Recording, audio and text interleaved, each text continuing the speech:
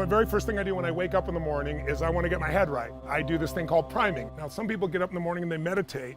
And I think meditation is wonderful, but I haven't met many people that can not think thoughts. This is a different outcome. This is about priming yourself. It's about putting yourself in the state where your mind and body will respond accordingly. We'll do 3 steps. It's really simple, over 10 minutes. So why don't you sit down and I'll guide you through it. So just get really comfortable. You want to be sitting up. Is that back enough for you to be able to relax? Yeah. Good. Okay, cool. And then the first thing you're going to do is your hands are going to come up as you take the breath in, and then you're going to explode out the nose, down. Explosive. That's it. Good. That's it. Keep going. 2 more. Good. Now relax. Keep your eyes closed. Have your hands open if you would on your lap, face up like that. Just feel whatever you feel. Just take it in. And you don't even have to respond to me anymore. You just enjoy it and take it in. And now just let your body relax deeply.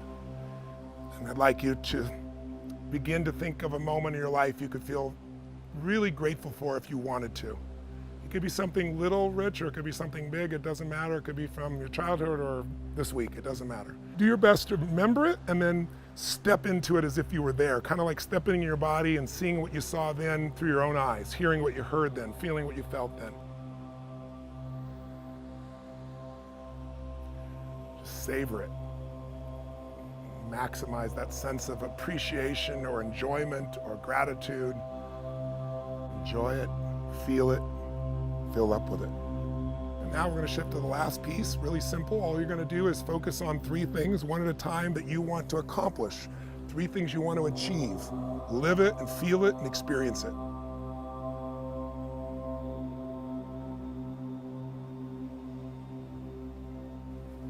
How was that? Yeah, what'd you feel? It feels calming. Refreshing. Yeah. It's good to like escape inside myself. Yeah. Basically. There's 2 worlds to master, the external world and the internal world. They both have to be mastered, but if you master the external world, you know, a la, you know, Robin Williams, but you don't master the internal world, there's a big price. This is the one to master first, and so I start my day by making that, so I have this base to do it. I'm going to live from gratitude today. I'm going to live from blessing, you know, I want to be a blessing in people's life today. I'm going to get stronger today, and I'm going to achieve what I'm here committed to do. And the whole thing, you know, we did that one in a little less than 10 minutes to give you an idea. How do I start my day on the positive side? I often wake up anxious and stressed. Well, Craig, thank you very much for sending in your question. I would like to respond by first asking you a question, and my question is, what do you do before you go to sleep at night? See, most people before they go to sleep at night are either checking their email on social media, watching a violent TV show, a horror movie, or reading a scary book. All of those things can make you have a very restless sleep. And chances are when you wake up in the morning, you could feel very anxious and stressed. So for example, if you go to sleep thinking about work, then your subconscious is just going to be involved throughout the night on work-related issues, and when you wake up in the morning, chances are you can be anxious and quite stressed about it as well.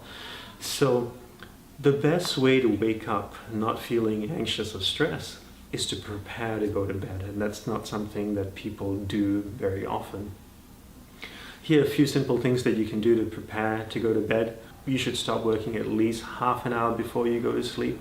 So turn off your email, don't go on social media, just completely shut off, go take a shower, prepare to go to bed, and when you get to bed, sit on the edge of your bed, keep your spine straight, your head nicely balanced on top of your neck, take a slow deep breath in, and then slowly exhale again. And while you're doing this deep breathing exercise, focus entirely on your spine. And if you can't feel your spine, gently move your back from left to right a little bit so you can feel your spine. Focus on your spine as you breathe in deeply and as you exhale slowly as well. And then just lay down on your back and go to sleep. And obviously this is going to take practice.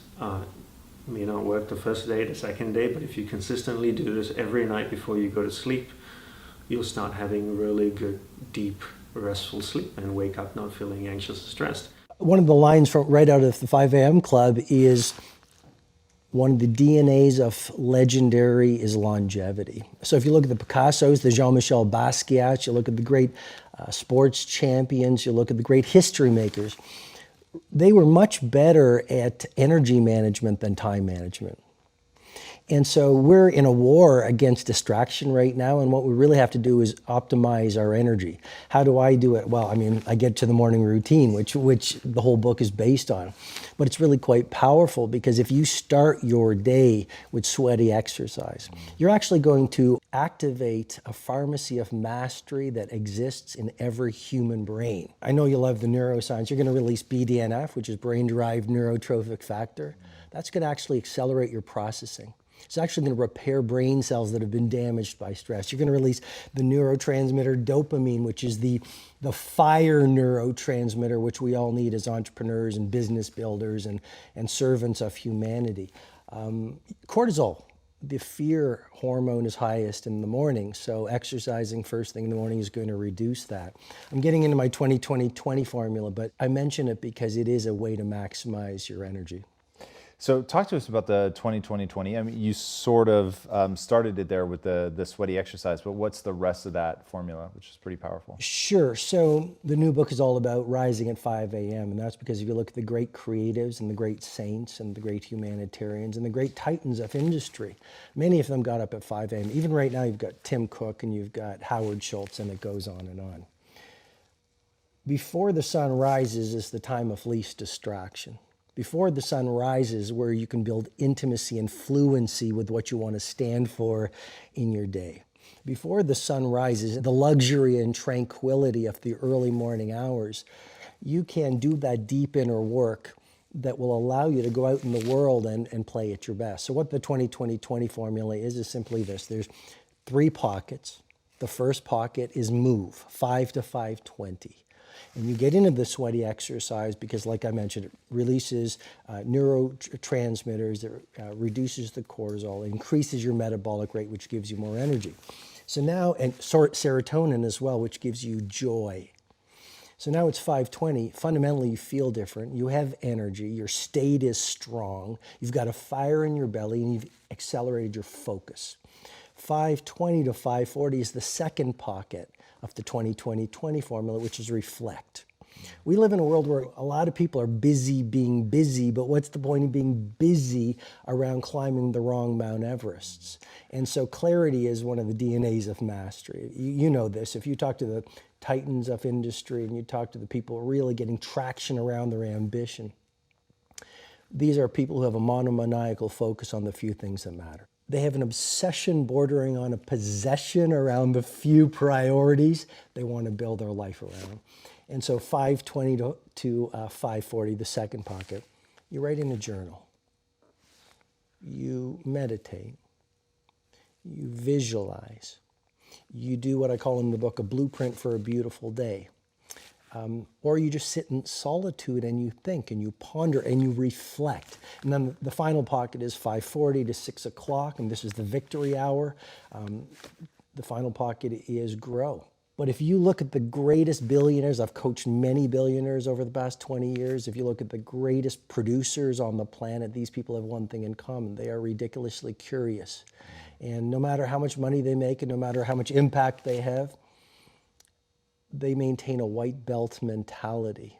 One of the keys to epic performance is a relentless commitment to daily growth. So that's the 20-20-20 formula that the 5 a.m. method is built around.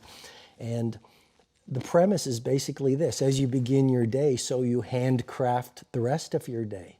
And if you have consistently great days, you're going to have consistently great weeks, quarters, year, and a lifetime. So your days are your life in miniature, and you got to get those mornings calibrated if you really want to win. Lesson 1, get an additional 30 minutes of sleep a night. Take it as a challenge. Try to find that space, quiet your mind, and get your 30 minutes of sleep. And you'll see it makes a really, really big difference. My sleep habits were horrendous, to say the least. I mean, I've always had a hard time sleeping. You know, I couldn't figure out how to shut my brain off. So what made the light bulb come on is that I went out there and played a game, and I played like crap. And I was like, why am I playing like crap? Because I've been practicing these same moves over and over and over. But yet, I couldn't execute them properly. I was feeling sluggish, I was feeling lethargic, and I knew it wasn't because of my training, because I had trained obsessively. So then I started looking at other things. And that's when I came to the realization that, hey, Kobe, you're not 21 years old anymore, buddy. Like, maybe the fact that you're sleeping 2 or 3 hours a night, maybe that has something to do with the fact that you're playing like crap. And that's when I started really evaluating those things.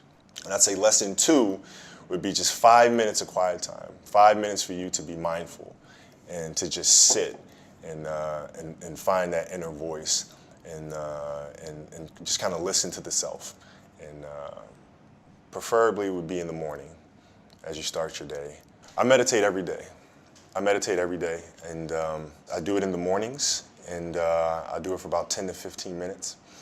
And I think it's important because it sets me up for the rest of the day. You know, it helps me. It's like having an anchor. You know, if I don't do it, I feel like I'm constantly chasing the day, as opposed to being able to be controlled and dictate the day. Not that you're, calling the shots on what comes forward, but the fact that I am set and ready for whatever may come my way. You know, I have a calmness about whatever comes my way and a poise, and that comes from starting the morning off with meditation. For me, it's really just listening to my inner self. I mean, that's basically it. Like you sit in silence, and you just allow these thoughts to come forward, and you get a chance to observe the self and things that may be lying beneath the surface that if you don't have that time to sit quietly on your own, you'll never pay attention to.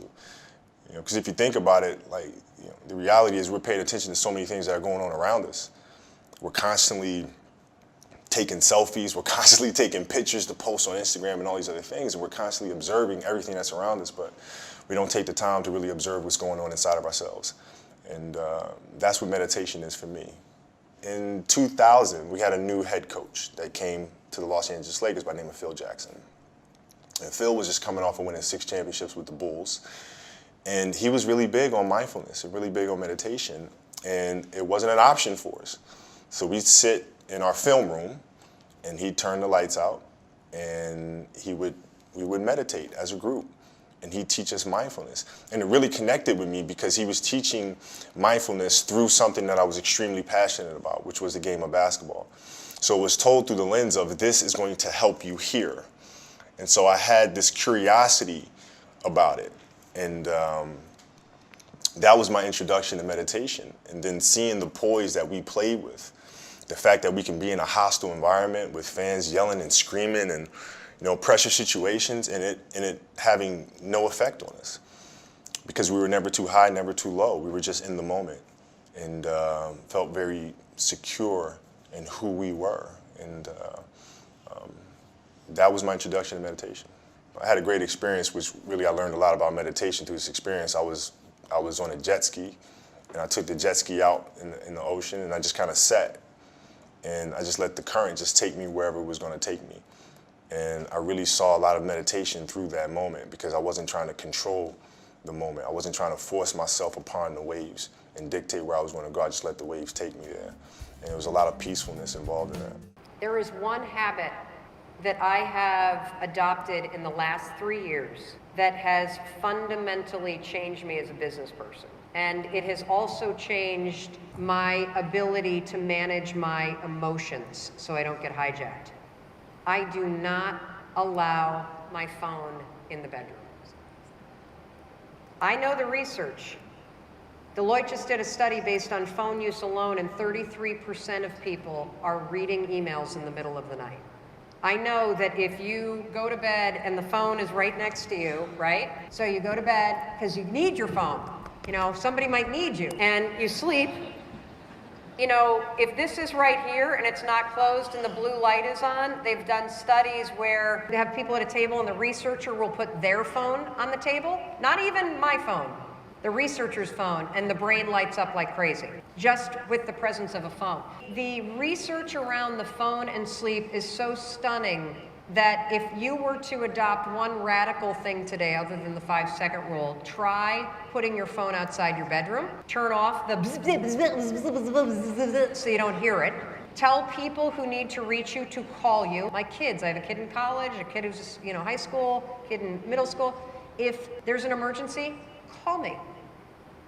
There is nothing happening on your phone at 2 o'clock in the morning that's important. But if you allow yourself to become a tool of this is supposed to be your tool for selling, your tool for communicating, and we're all becoming the tool. Here's the other thing, common sense-wise, that I want you to understand. You wake up, the alarm goes off. What do? Whoop! So you're not even vertical, and you're reading emails. And what is in these emails? Other people's crap. If you don't have boundaries with this puppy, it's going to impact sleep, it's going to impact how much money you make, it's going to impact how much self-control you have. And so when I put this thing outside the bedroom and I wake up, I walk over to where the phone is, it's plugged into my bathroom, I turn it off, I don't look at it yet. I give myself 5 minutes. 5 minutes before I tune into the world to actually tune in up here and say, what's the one thing I'm going to get done today that really matters to me? If you're the kind of person that feels like you don't have control over your day, that your day gets hijacked, that you can't get to the priorities, that you're always behind the ball, this one planning thing will change your life. No phone in the bedroom, turn it off when the alarm goes off, 5 minutes, 5 lousy minutes, 5 lousy minutes before you tune into the rest of the world. And if you've got the kind of job where you've got to check it, get up 10 minutes earlier. You have control over this stuff, and it is so important that you take it seriously now because you're living at the slowest moment of your entire life.